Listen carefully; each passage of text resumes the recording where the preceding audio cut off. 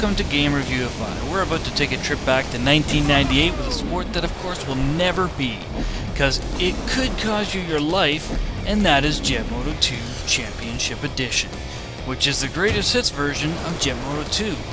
Funny story about Jetmoto 2 Championship Edition, as it was never meant to be released as a greatest hits. The reason was that when the creator of Jetmoto 2 was requested to send an original copy of Jetmoto 2 to Sony, the original master disc got destroyed. So creators modified a new version of the game which made it slightly different from the original game. So when sent to Sony, Sony replied to the creator saying that they need the original master disc, as it has to be the original game without modifications. So the creators sent Sony the original master disc. How new one was found, I have no clue. So DADC got the copy and accidentally copied the wrong version. And that's how Championship Edition was released. The creator said that DADC should have read the label as it clearly said what version of the game it was. In the Championship Edition of Jetmoto 2, we go from 10 characters in the original Jetmoto 2 to 4 during gameplay. This enhances better gameplay with more frame rates. Of course, a lot of people like the fact that Jetmoto 1 had a max of 24 characters during gameplay, but the game was pretty hard and there was noticeable frame drops. Not to say the game wasn't playable, but with 24 characters on the screen, each track made it very hard to drive around, as somebody would either smack into you or you would smack into somebody else, or you would smack into something in the level. I enjoyed the first game, but the game was clearly unplayable due to its difficulty. Well, I guess it's pretty obvious there's one mode missing from Jetmoto 2, and that's the knockout mode, which of course each race in the higher position knocks out the racers in the lower positions. Well, in this game, that mode would be obviously unnecessary, as there is a total of 4 players each race. If you thought Jetmoto 1 was difficult, well, you can relive the experience in Jetmoto 2, as every level in the original was released in Jetmoto 2. These levels already come unlocked in the Champion Edition of Jetmoto 2. Also, somewhere in the game it explains these levels can't be played in Season Mode, but they can be played. All you have to do is go to Custom Mode, then choose Championship, and press circle on each Jetmoto 2 level, changing them to Jetmoto 1 levels. Then exit back to the Mode Selection menu and select Season. The only issue, though, is every level is placed differently than the way they were in the original Jetmoto. There's a total of 11 characters, that's including a secret character. Each character has different handling, making each character either harder or easier to play with. With the secret character, I noticed that during gameplay you're reduced to 3 players. I am unsure why Single Track did this, but it could because the character's see-through effects slowed the frame rates a bit.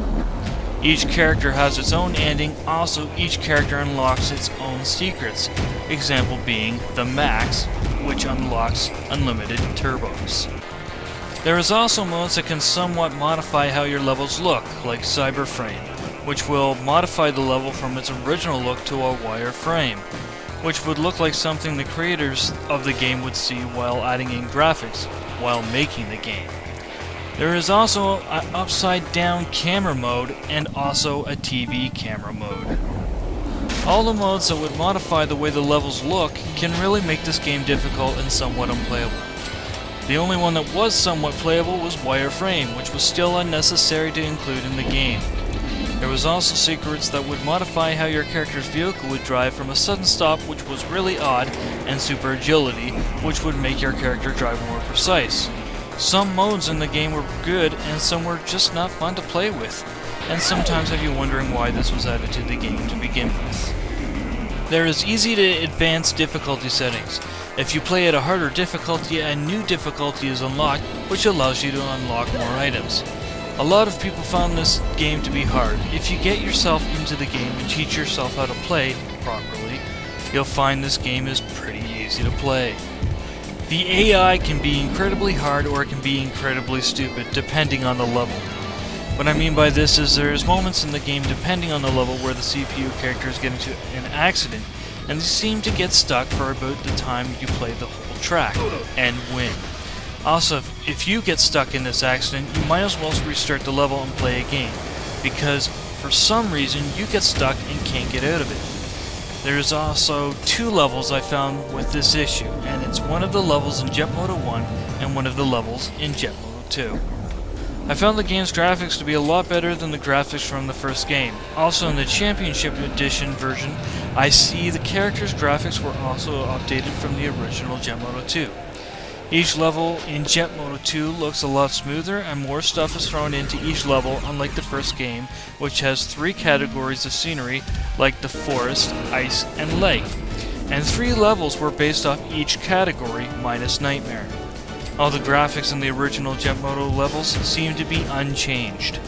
The sound in this game was great. I liked the soundtrack, some decent rock music, electronic, and country as well. They also brought back a couple of soundtracks from Jetmoto 1 so they could be used in the levels from Jetmoto 1. I guess you thought Nightmare was pretty tough in Jetmoto 1. Well, you play it again in Jetmoto 2, you'll find it a lot easier than Nebulous, which is a mix of Heaven and Hell. Heaven has wider turns, while Hell will have that and those platforms, which are identical to the ones you'll find in Nightmare from Jetmoto 1. On the loading screen, you'll see a description of each level giving you a map of where everything is placed, showing you how difficult the level is. There's a total of 20 tracks in Jetmoto 2, that's also including the levels from Jetmoto 1. The new levels introduced in Jetmoto 2 have new obstacles and horizons to explore. Once a character unlocks a special in the game, you'll find them in your trophy case, which can be selected from the main menu. It's much easier than the first game when you have to punch in a combination of buttons to unlock any secrets in the game.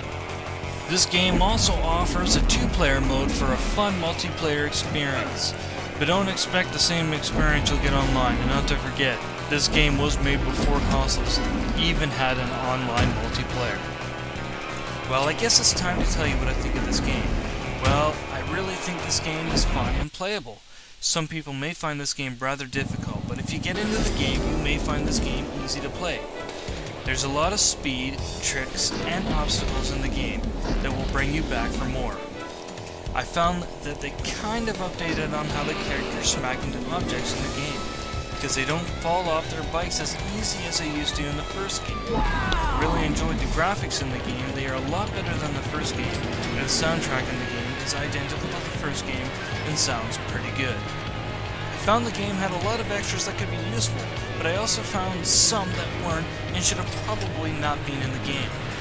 A lot of people would complain that the characters dropped from 24 from Jetmoto 1 to 10 in Jetmoto 2 and to 4 in Jetmoto 2 Championship Edition.